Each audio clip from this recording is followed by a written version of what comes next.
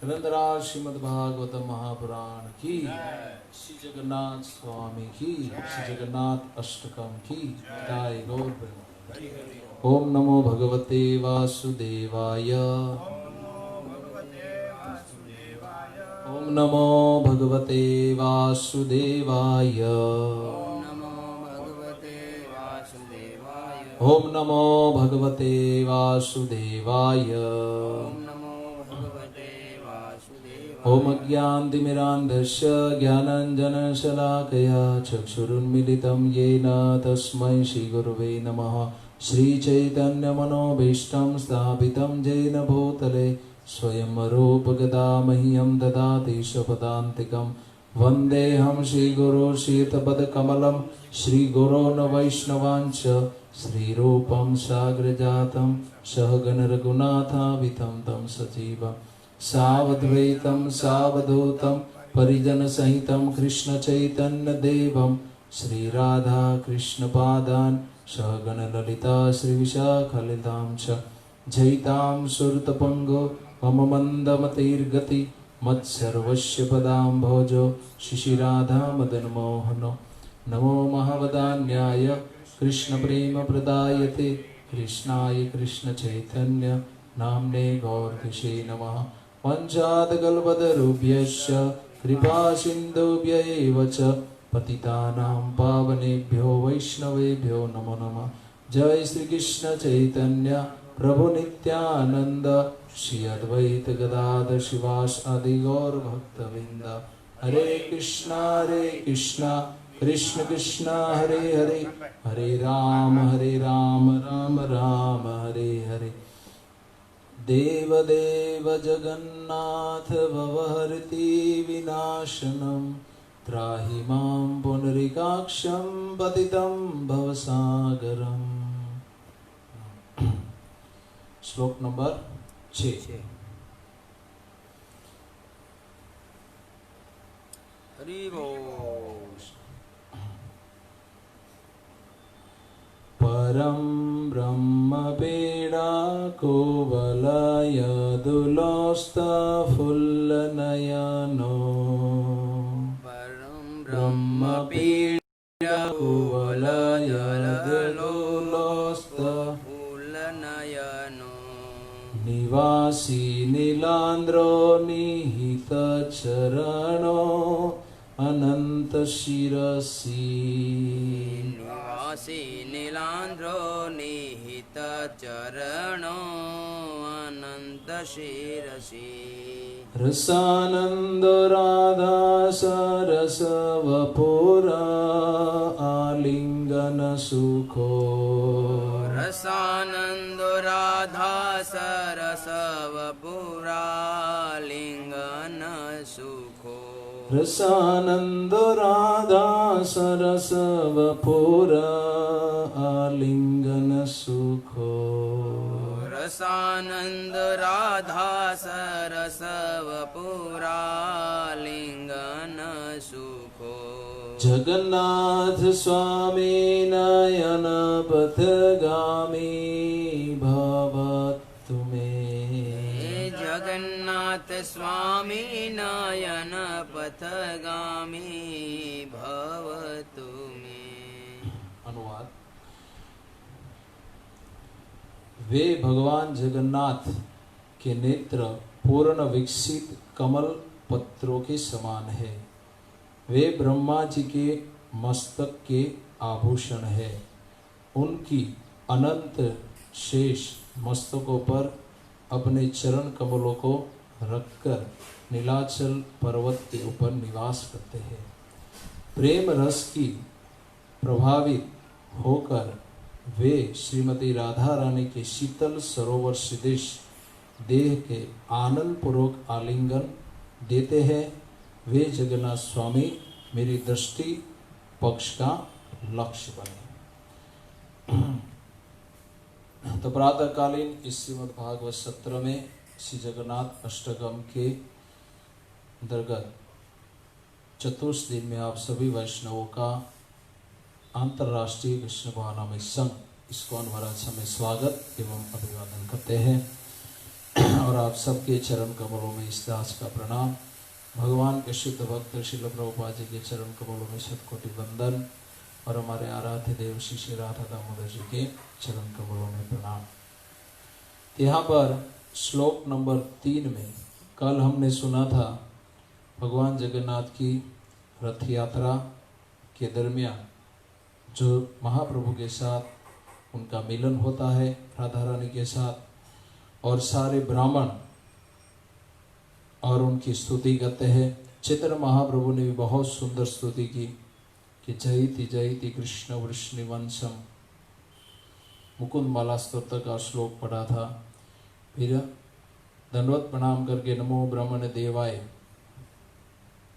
और वे दया के सिंधु सागर है और सिंधुजा लक्ष्मी जी उसकी क्या है, सहचरी, और सभी लोगों को त्याग करके उन्होंने भगवान जगन्नाथ जी को वरमाला पहनाई। इसलिए भगवान ने जगन्नाथ जी ने उन्हें स्थान कहाँ दिया, अपने हृदय में।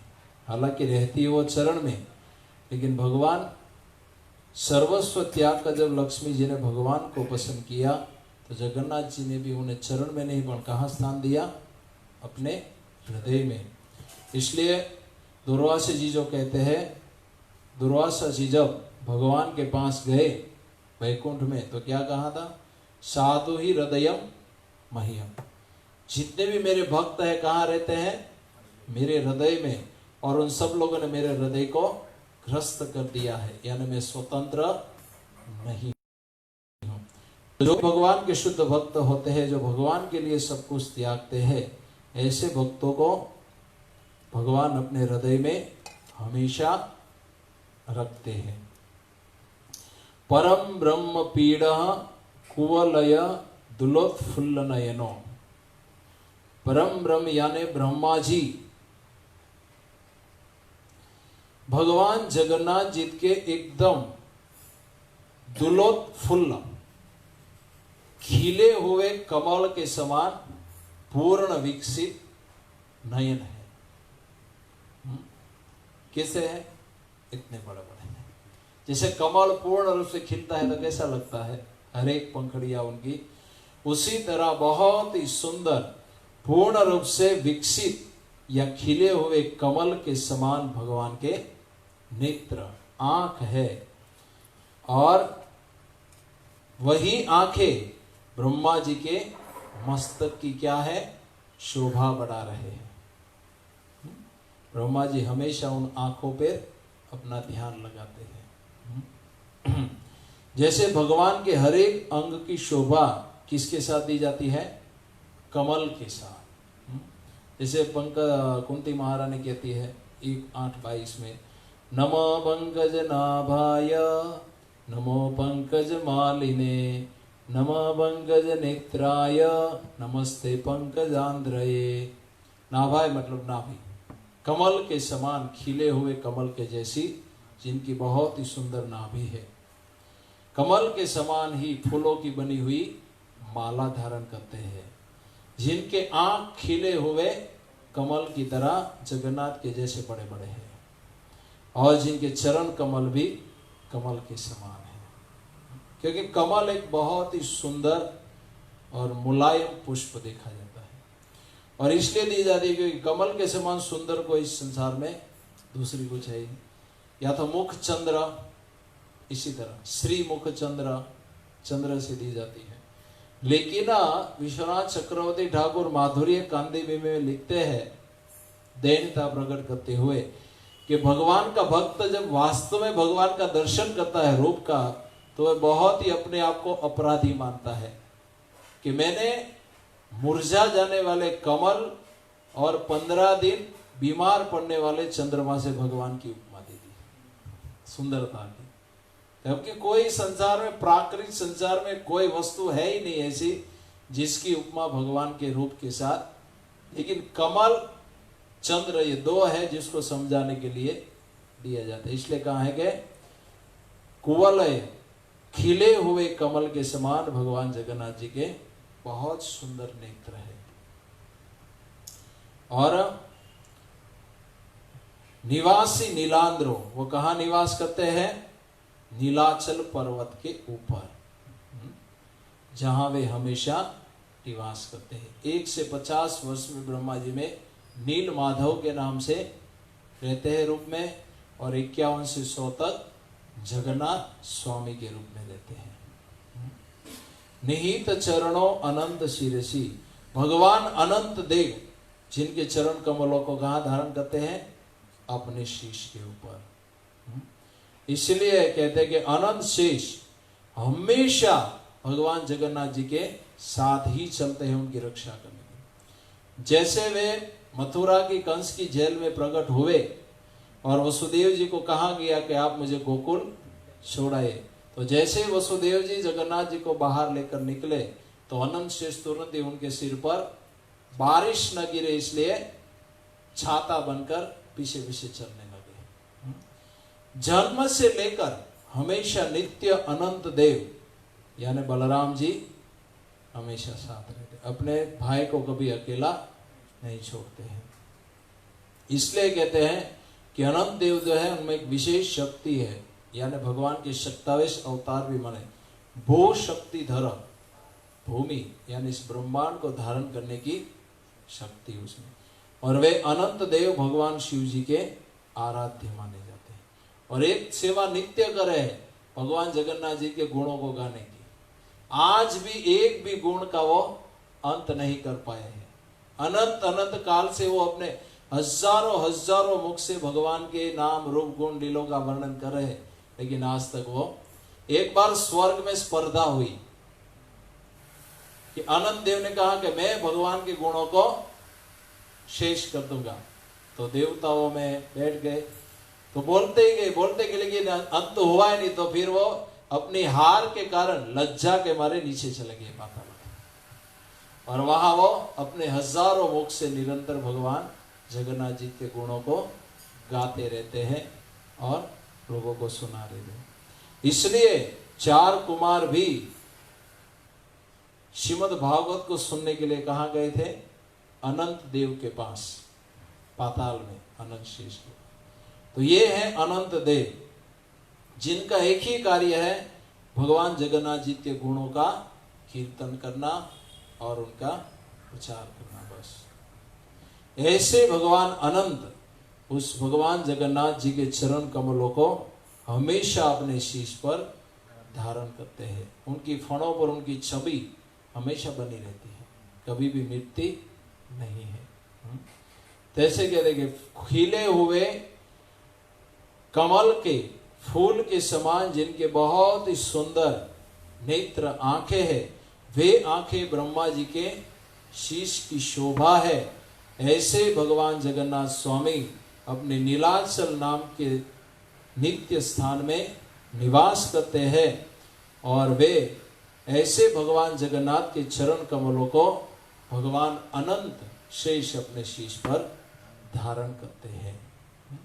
फिर रसानंद राधा सरसव पुर आलिंगन सुखो, वे आनंद क्या लेते हैं? रस की साक्षात मूर्ति श्रीमती राधा रानी। रस आनंद यानी भगवान का नाम भी जगन्नाथ का नाम है रसो वेश, अखिल रसामृत मूर्ति। वे हमेशा राधा रानी, राधा सरस, सरस यानी सरोवर के समान, सरोवर के शीतल सरोवर, केवल सरोवर नहीं लेकिन एकदम शीतल सरोवर के समान वपुष उनके देह को हमेशा क्या करते हैं? आलिंगन देते। देखिए राधा रानी साथ रहते, लेकिन चैतन्य महाप्रभु ने लक्ष्मी जी का नाम यहाँ लिखा ही नहीं दिया। जब भी और माधुर्य का वर्णन आया तो किसका नाम आया है? राधा रानी का। लक्ष्मी जी उनके साथ है लेकिन लक्ष्मी जी का नाम कहीं नहीं। तो किसके साथ में आनंद विहार करते हैं? निकुंज की गलियों में, कुंजों में राधा रानी के साथ, यमुना पुलिन पे, कुंजों में, और हमेशा वे राधा रानी से आलिंगन प्राप्त करके बहुत ही विशेष रस एवं सुख का आस्वादन करते हैं, या राधा रानी उसे कराती है।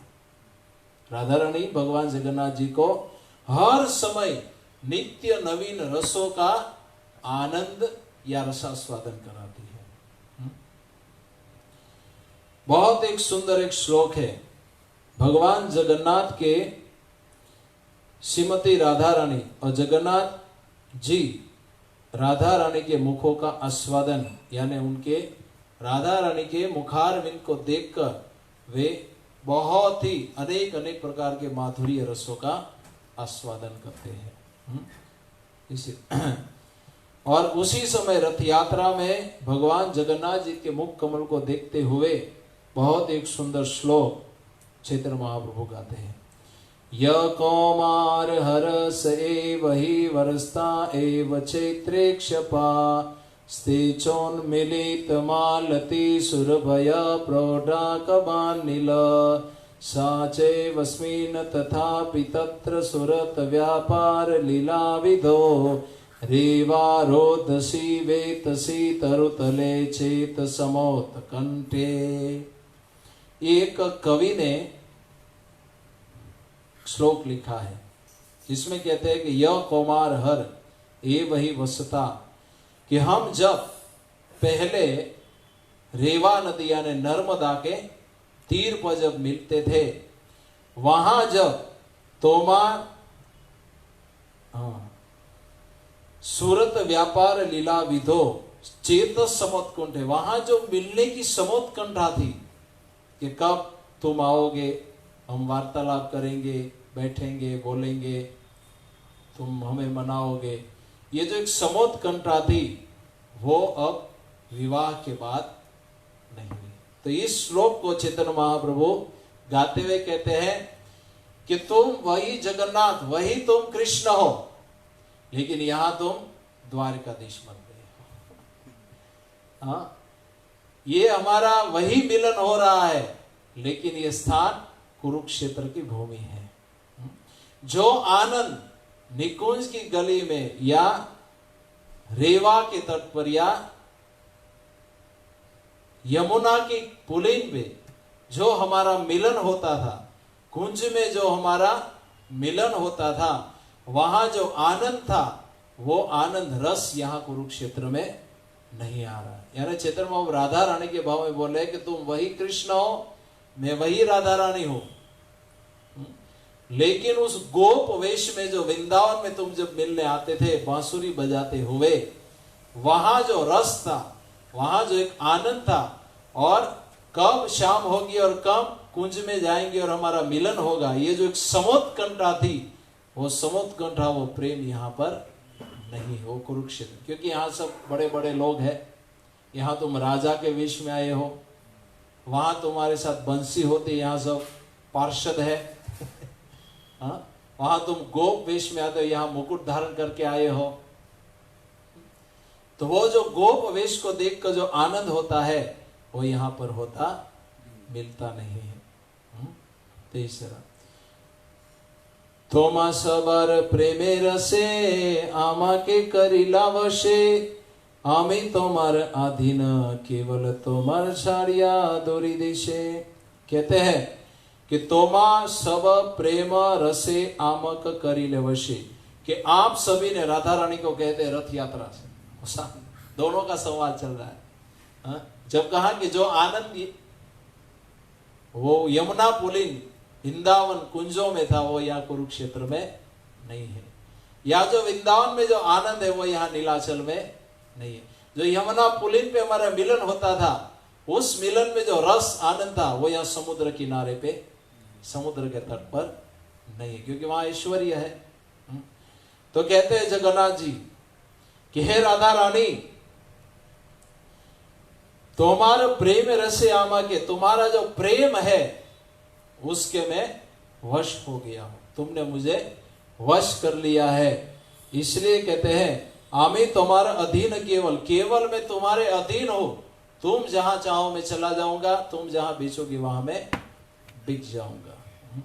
तोमा सभा छाड़ी हमारा दुर्देशी लैया राखिया से दुर्देव प्रबल, ये हमारा दुर्देव है, दुर्भाग्य है कि तुमसे मैं बहुत दूर देश मुझे जाना पड़ा, असुरों को मारने के लिए, भूमि का भार हरण करने के लिए, और यदुवंशियों को इन असुरों से त्राण से मुक्त करने के लिए ये दुर्भाग्य के वश मुझे वृंदावन छोड़कर जाना पड़ा, लेकिन भगवान नारायण से अब हमारा सौभाग्य बनेगा और बहुत ही जल्द ही हमारा मिलन पुनः होगा। तो यहाँ भगवान जगन्नाथ जी राधा रानी के प्रेम के वश अपने आप को हमेशा रखते हैं और उसी राधा रानी हमेशा भगवान को एक विशेष रस और सुख का आस्वादन कराती रहती है। इसलिए यहाँ कहेगा वपुर आलिंगन सुखो राधा रस। और यहाँ कहते कि आवी रीते जगन्नाथ, इस तरह जगन्नाथ के मुख के सामने दृष्टि रखते हुए चैतन्य महाप्रभु नित्य करे। ये सब भाव का आस्वादन करते हुए नित्य जगन्नाथ जी को देखते हुए चैतन्य महाप्रभु बहुत ही सुंदर प्रेम से नृत्य कर रहे हैं। और महाप्रभु के कीर्तन और भावात्मक प्रेम को देखकर भगवान विस्मित हो जाते हैं। कहते प्रेमे नाचे गाये लोके करे कोलाहल, प्रभु नित्य देखी सबे आनंदे विह्वल। इस तरह प्रेम और भाव से नित्य जब जगन्नाथ की रथ यात्रा में चैतन्य महाप्रभु करते थे तो सभी लोग उनके नृत्य और आनंद को देखकर विह्वल विस्मित हो जाते थे कि क्या है। और क्या कहते, अन्य की काय जगन्नाथ हलधर, प्रभुर नित्य देखी सुखे चलिल मंथर। अन्य की बात छोड़ो, साक्षात जगन्नाथ और हलधर बलराम जी भी चैतन्य महाप्रभु को नित्य को देखकर विशेष रस एवं सुख का अनुभव करते थे, आनंद लेते थे और रथ की गति को मंद कर देते थे। धीमे धीमे चलो, जल्दी चलेंगे तो ये नित्य देखने को नहीं मिलेगा, ये रसास्वादन हमें होगा नहीं। इसलिए कहा है ना राधा सरस वपुर आलिंगन, ये राधा रानी के विशेष रस और प्रेम का आस्वादन करने के लिए जगन्नाथ जी रथ की गति को धीमी कर देते थे और कभी कभी तो स्टॉप कर देते थे। और तब जाके चैतन्य महाप्रभु का आवेश खत्म होता था।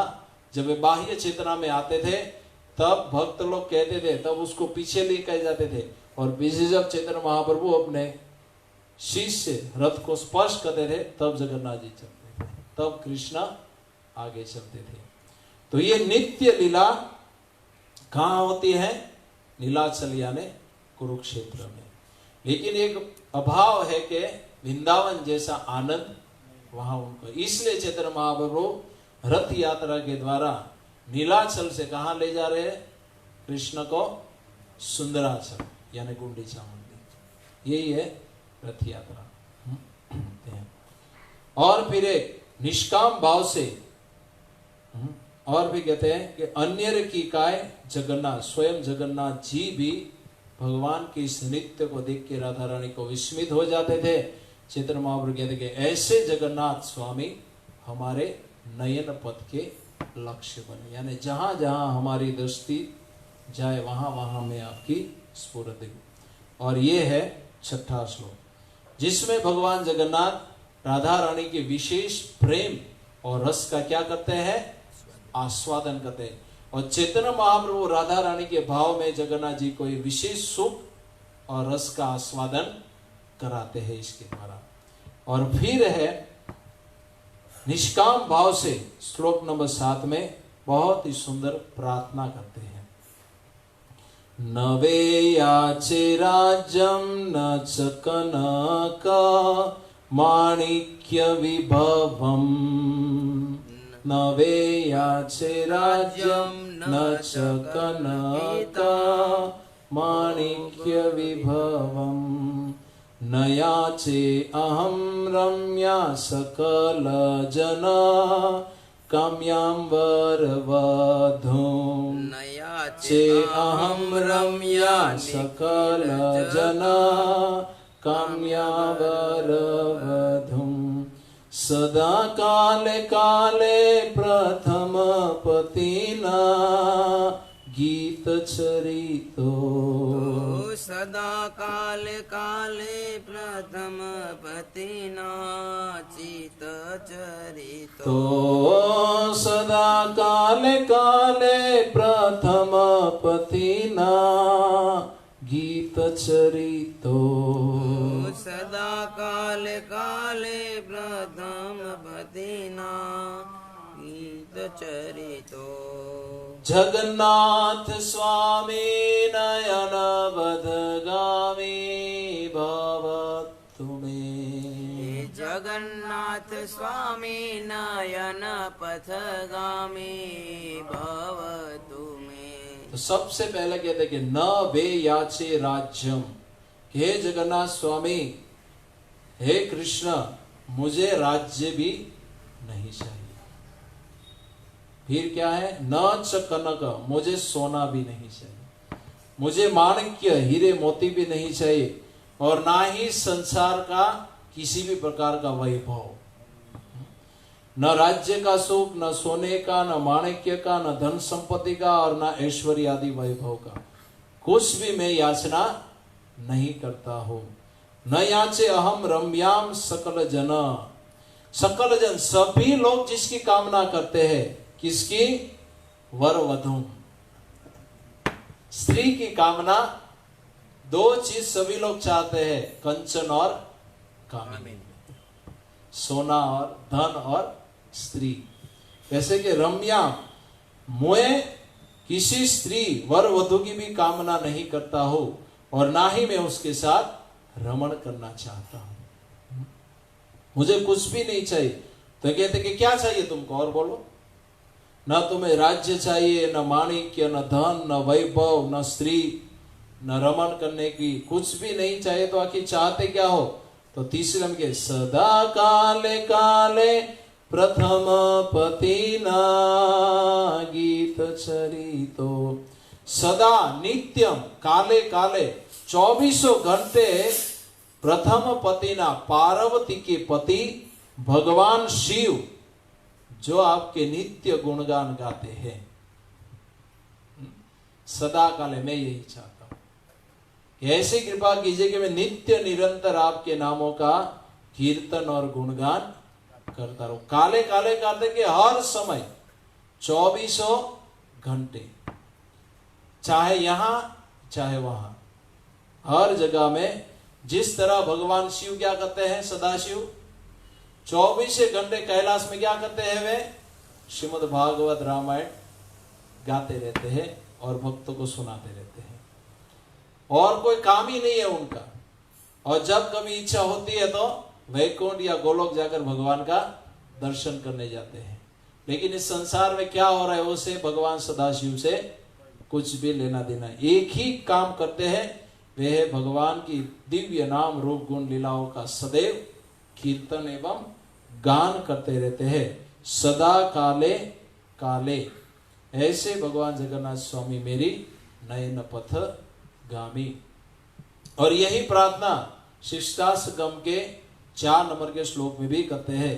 न धनम न जनन न सुंदरी न कवितां वा जगदीश कामये, मम जन्मनि जन्मनीश्वरे भवताद भक्ति रहे तुकी त्वयि। न मुझे धन चाहिए, न मुझे अनुयायी चाहिए, न सुंदर स्त्री की कामना है, और ना ही मैं ख्याति चाहता हूं, कवि भी बनना नहीं चाहता हूं। केवल एक ही इच्छा है, जन्म जन्मांतर आपके चरण कमलों की शुद्ध भक्तिमयी सेवा।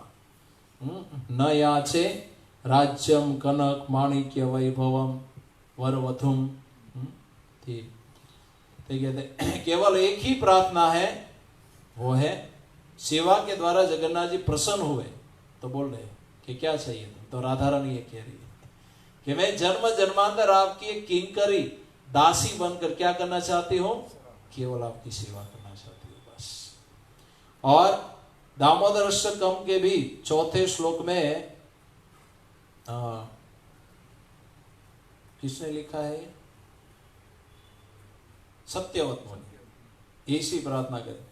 वरम देवम मोक्षम न मोक्षम वधिम वा न चान्यम ऋणेऽहं वर्षादपीह। इदं देव पुरनाथ गोपाल बाला सदा मे मनस्या वीरास्तां कि मन्ये। स्वयं यही भाव है। मैं और कोई वर नहीं चाहता दामोदर, वरम देवम मोक्षम, न मुझे मोक्ष चाहिए न मुक्ति चाहिए, कुछ भी नहीं चाहिए। अब यहां रखे या अपने धाम में रखे, स्वर्ग हो या नरक, कोई मुझे फर्क पड़ता नहीं है।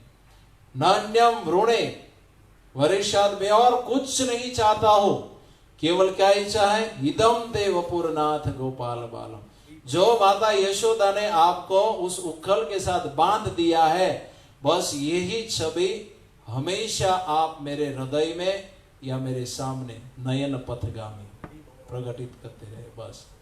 और मनस्या विरासता, मेरे चित्त में और मेरे मन में मैं हमेशा उनको देखता रहो।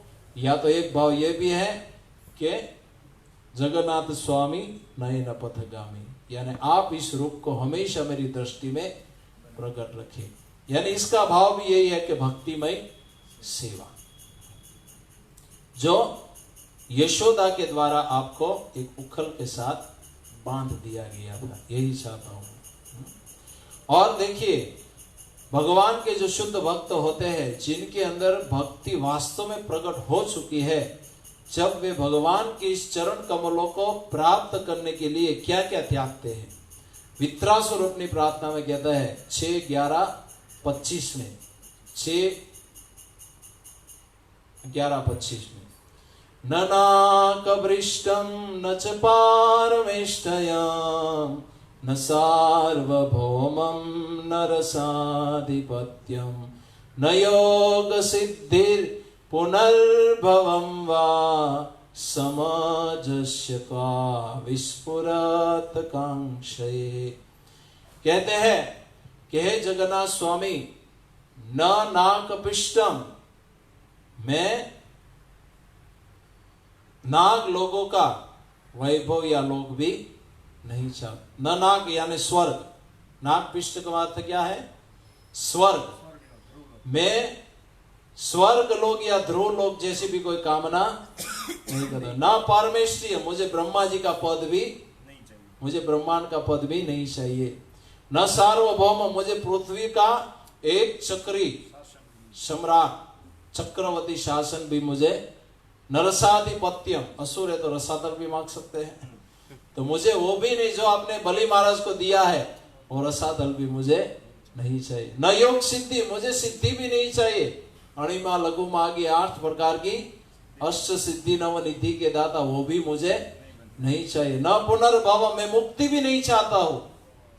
और क्या चाहते, सज्जल त्वाम विरहस्य कांक्षे, जो मुक्ति के बाद आपकी जो सेवा की जाती है, वो सेवा में चाहता हूं। यानी मुझे असुर योनि से मुक्त करके अपने पार्षद बना लीजिए, और मैं उस पार्षद शरीर से आपकी नित्य सेवा करना चाहता हूं। तो ये सारी चीजों को त्यागते हैं। इसलिए यहाँ चैतन्य जगन्नाथ जी कहते हैं कि अगर आपकी सेवा मुझे प्राप्त होती है, तो मैं सब कुछ त्यागने के लिए तैयार हूं। तो ये है शुद्ध भक्त के द्वारा भगवान के सामने की हुई कातर भाव से और हृदय से की हुई प्रार्थना है। और ये महामंत्र का भाव भी यही है कि हे राधा रानी, हे कृष्ण, अब आप हमें अपनी नित्य सेवा में योजित कीजिए, क्योंकि अब हम माया की सेवा करते करते थक चुके हैं। आप हमें अपनी नित्य सेवा प्रदान कीजिए। तो ये सत्यवत मुनि, वित्रासुर, ऐसी बहुत सारे, आप भागवत में भगवान के भक्तों की स्तुति देखेंगे तो सब लोगों ने यही मांगा है कि अंत में आपकी, ध्रुव महाराज भी कहते हैं कि मुझे आपके भक्तों का संग प्रदान कीजिए, बस, और मैं कुछ नहीं चाहता, क्योंकि मैं आपके भक्तों के संग में निरंतर आपकी लीला कथाओं का श्रवण करना चाहता हूँ। जैसे श्रीधर खोलावेछा को जब महाप्रकाश लीला में बुलाया गया और वे जब आए, तो श्रीधर खोलावेछा को महाप्रभु ने कहा कि श्रीधर, मैं तुझे इस पृथ्वी का साम्राज्य देकर सम्राट बना देते, कि वो भी मुझे नहीं चाहिए। तो कहा कि मैं तुझे स्वर्ग का राजा इंद्र बना दूंगा, तो कि वो भी मुझे नहीं चाहिए। तो कि रसातल, तो कि वो भी मुझे, ब्रह्मा जी का पद, तो कि वो मुक्ति चाहिए, तो कि वो भी नहीं सही। तो फिर आखिर क्या चाहते हो? तब कहा कि जिस तरह मैं अपनी दुकान पे रोज बैठकर केले के पत्ते बेचता था और आप निमाय पंडित बनकर जो मेरे सामने आते थे और मेरे साथ जो वार्तालाप करते थे, बस यही मुझे प्रदान कीजिए। यानी आप मेरे पास आते रहिए और मैं केले के पत्ते देकर आपकी सेवा करता रहूं। तो ये, हालांकि उसके पास कुछ भी नहीं था, लेकिन फिर भी केला बेचा ने क्या मांगा? शुद्ध भक्ति। देखिए, अगर एक भाव हमारे मन में आया है कि अगर ये ऑफर हमारे सामने आ गए तो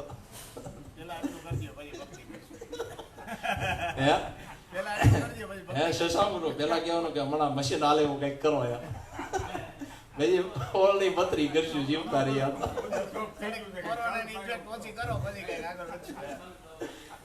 लेकिन यहाँ देखो, न तो किसी को मृत्यु का भय है, न संसार का भय है, केवल एक ही चिंता है, बस हमें आपकी क्या चाहिए? शुद्ध भक्ति।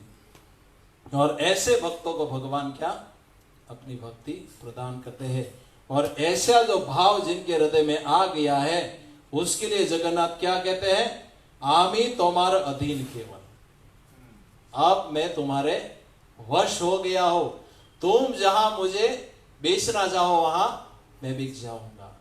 तुलसी दल मात्रेण शुल्के नवा, तुम चाहे मुझे अमेरिका भेजो तो मैं भी वहां चला जाऊंगा। प्रभुपाद जी ने पूरे विश्व भर में जगन्नाथ जी को बेच दिया और वो बिक गए, जहां जहां भी गए वो बिक गए।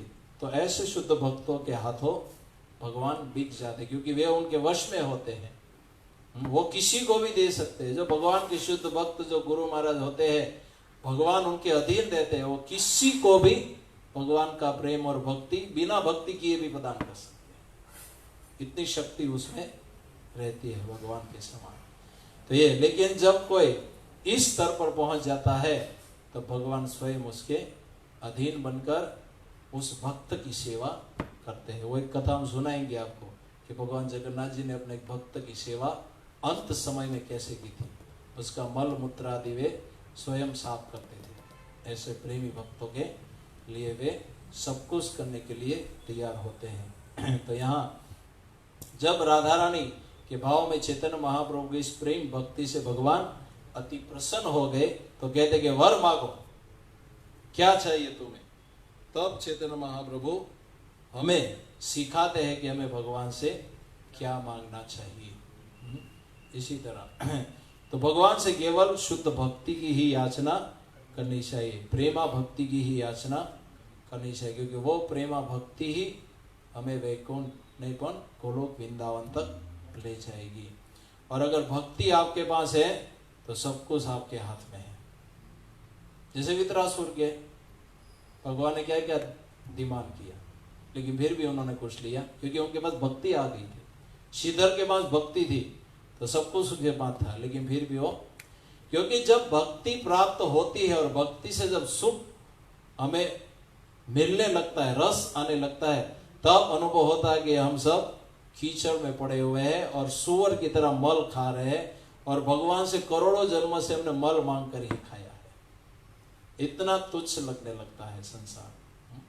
लेकिन अभी अनुभव नहीं होने के कारण संसार में ज्यादा आकर्षण लगता है। भगवान का नाम, रूप, गुण, लीला आदि आकर्षित उतना नहीं है, लेकिन उतना आकर्षण जो यहाँ प्रकट किया है भगवान की भक्ति का आकर्षण, उतना आकर्षण अभी बना नहीं है। लेकिन अगर भक्ति करते रहेंगे तो ये आकर्षण एक न एक दिन अपने आप बन जाएगा। हरे कृष्णा कृष्णा कृष्णा हरे हरे, हरे राम राम राम हरे हरे। तो कल हम सुनेंगे पतित पावन जगन्नाथ, कि पतितों का उद्धार भगवान जगन्नाथ जी कैसे करते हैं और कैसे पतितों पर उनकी कृपा करते हैं। और ये है कि हमने ये 5-6 दिन सुना है, तो उसका श्रुति फल महाप्रभु क्या देते हैं। हरे कृष्णा जय। श्री जगन्नाथ बलदेव सुभद्रा मैया की जय, जगन्नाथ स्वामी की जय, श्री जगन्नाथ अष्टकम की जय। गौर प्रेमानंद।